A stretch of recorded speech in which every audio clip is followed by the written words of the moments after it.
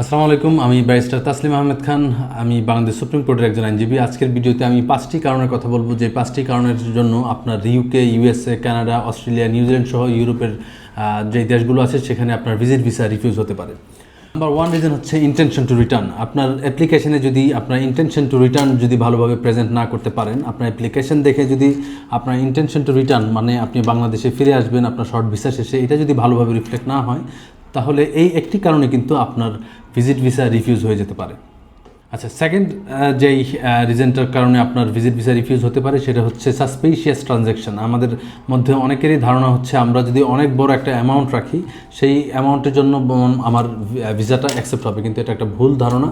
আপনার কোনো একটা ট্রানজ্যাকশন যদি সন্দেহজনক মনে হয় কেস ওয়ার্কারের কাছে, তাহলে কিন্তু ওই একটা ট্রানজ্যাকশনের জন্য আপনার ভিজিট ভিসাটা রিফিউজ হয়ে যাবে।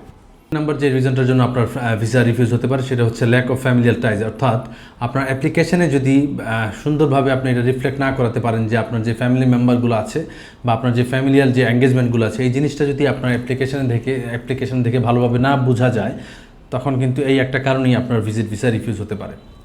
4 নম্বর রিজন হচ্ছে ল্যাক অফ ফাইন্যান্সিয়াল টাইজ। অর্থাৎ আপনার অ্যাপ্লিকেশনে আপনি যেই প্রফেশন আপনি লিড করছেন বাংলাদেশে, আপনি একজন চাকরিজীবী হতে পারেন, আপনি একজন বিজনেসম্যান হতে পারেন, এবং আপনার সলভেন্সি থাকতে হবে। আপনার এই বিজনেস আপনার প্রফেশন থেকে যদি আপনার এনাফ সলভেন্সি না থাকে, তখন কিন্তু আপনার ভিসাটা রিফিউজ হয়ে যাবে, কারণ তারা মনে করবে যে আপনার ফাইন্যান্সিয়াল যে টাইজটা এটা নাই, এবং আপনি যেহেতু ফাইন্যান্সিয়ালি এদেশে সলভেন্ট না, সেই কারণে আপনি একটা উন্নত দেশে মাইগ্রেট হতে যাচ্ছেন।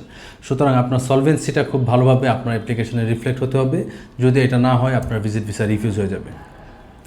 আচ্ছা, সবচেয়ে গুরুত্বপূর্ণ এবং সর্বশেষ যে কারণটা আমি আজকে বলতে চাচ্ছি সেটা হচ্ছে ল্যাক অফ সাপোর্টিভ ডকুমেন্টস। আপনি যেই জিনিসগুলো আপনার অ্যাপ্লিকেশনে ডিক্লেয়ার করবেন, আপনার প্রফেশন, আপনার ফ্যামিলি মেম্বার, আপনার সোশ্যাল কানেকশন, যা যা আপনি ডিক্লেয়ার করবেন, সেই অনুযায়ী আপনি যদি রিলেভেন্ট এবং সাপোর্টিভ ডকুমেন্টস আপনি আপলোড না করতে পারেন, সেই ক্ষেত্রে কিন্তু আপনার ভিজিট ভিসাটা রিফিউজ হতে পারে। এবং শেষ করার আগে একটা সতর্কবার্তা, অবশ্যই আপনারা বাংলাদেশে অনেক প্রতারক চক্র বা বিভিন্ন এজেন্সির নামে অনেক মানুষের কাছ থেকে লক্ষ লক্ষ টাকা হাতিয়ে নিচ্ছে। আপনারা তাদের কাছ থেকে সাবধান থাকুন। প্রত্যেকটা অ্যাপ্লিকেশন কিন্তু আপনি নিজে করতে পারবেন। আপনারা নিজে রিসার্চ করুন, ভালোভাবে জেনে বুঝে দক্ষ একজন মানুষের কাছে আপনার অ্যাপ্লিকেশনটা দিন, অথবা আপনি নিজে এই অ্যাপ্লিকেশনটি করুন। সবাইকে অনেক অনেক ধন্যবাদ।